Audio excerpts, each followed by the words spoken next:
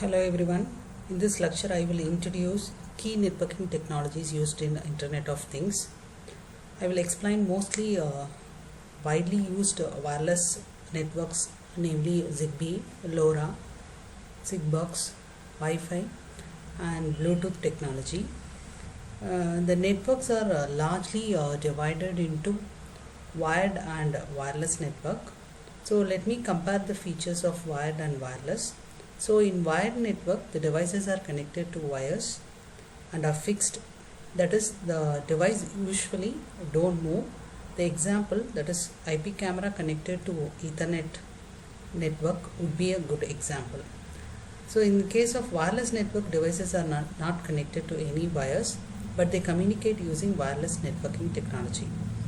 So they typically are mobile devices such as our smartphones, smart watches, Wi-Fi, Bluetooth, Zigbee are examples of wireless network. Although most IoT devices may be installed and are not mobile because they have limited resources, using wired network for communication may not be suitable. Rather, light wireless networking technologies are more suitable for IoT communication. Therefore, we will focus more on wireless networks in this lecture.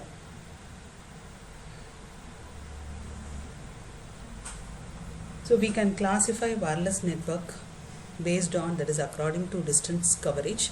The coverage can be identified by the extent to which the base station can send signals and communicate. As for the smallest coverage, it can communicate approximately up to 10 meters and we call it as personal area network. When it is wireless, we call it as wireless personal area network or WPAN. So it has various wireless technologies such as Bluetooth, Zigbee and NFC. For slightly broader coverage, you can use wireless local area network or wireless LAN. So Wi-Fi is most widely used wireless LAN technology with the coverage of approximately up to 100 meters. So IEEE 802.11 has defined a number of Wi-Fi standards over the years.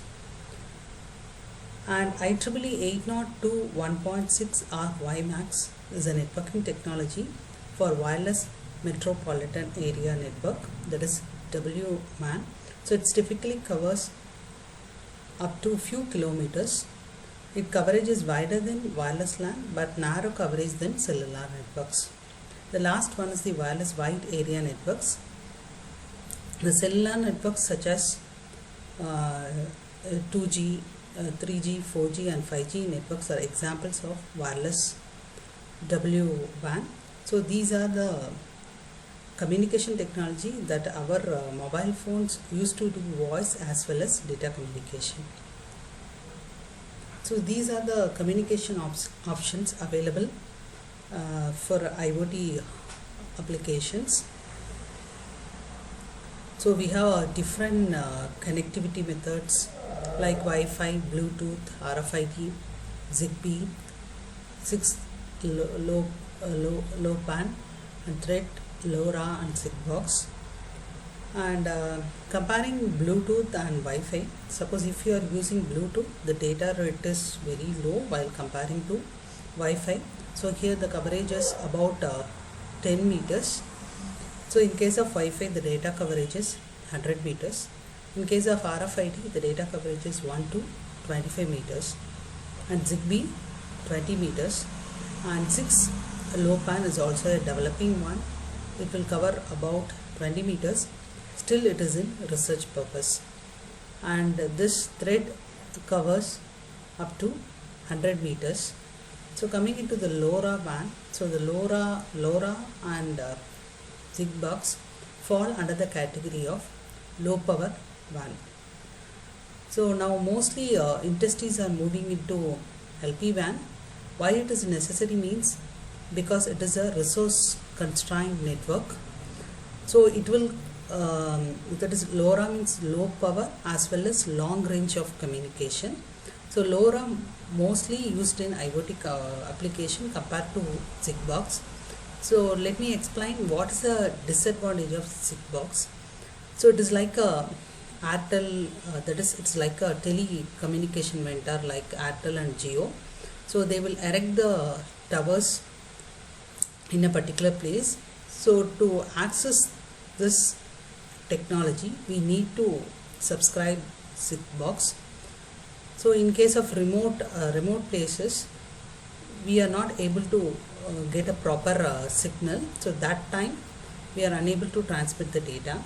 But in case of LoRa, wherever we are going, using our own gateway, we can create our own network. Suppose we are going in some remote areas where there is no signal, even that place we can create our own signal.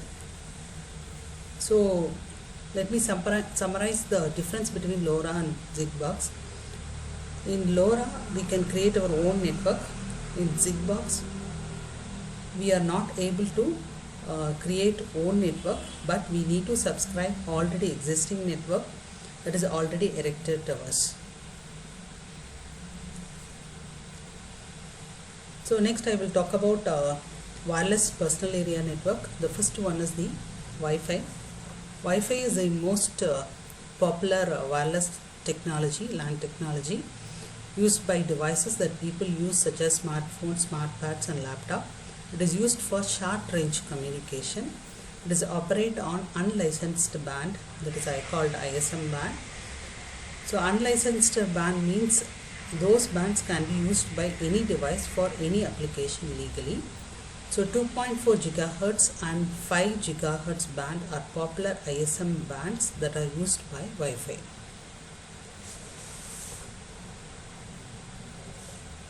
So next one is the Zigbee.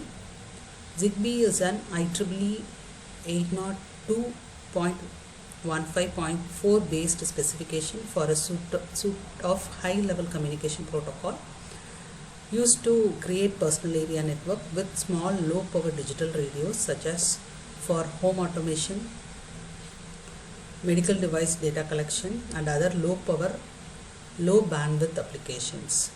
It is a low power consumption, limits transmission distance to 10 or 100 meter line of sight depending on power output and environmental characteristics.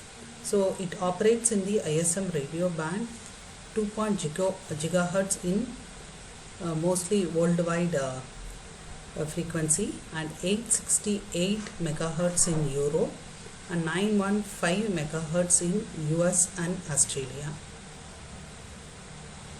So next one is the Bluetooth. Bluetooth is a wireless communication standard for exchanging data over short distance using short wavelength UHF radio waves in the ISM band from 2.4 to 2.485 GHz from fixed and mobile devices and building personal area networks, and it is invented by telecom vendor Ericsson in 1994 and it is managed by Bluetooth Special Interest Groups or SIGs, which has more than 30,000 member companies in the area of telecommunication, computing, networking and consumer electronics. The IEEE standardized Bluetooth as IEEE 802.15.1 but no longer maintains the standard.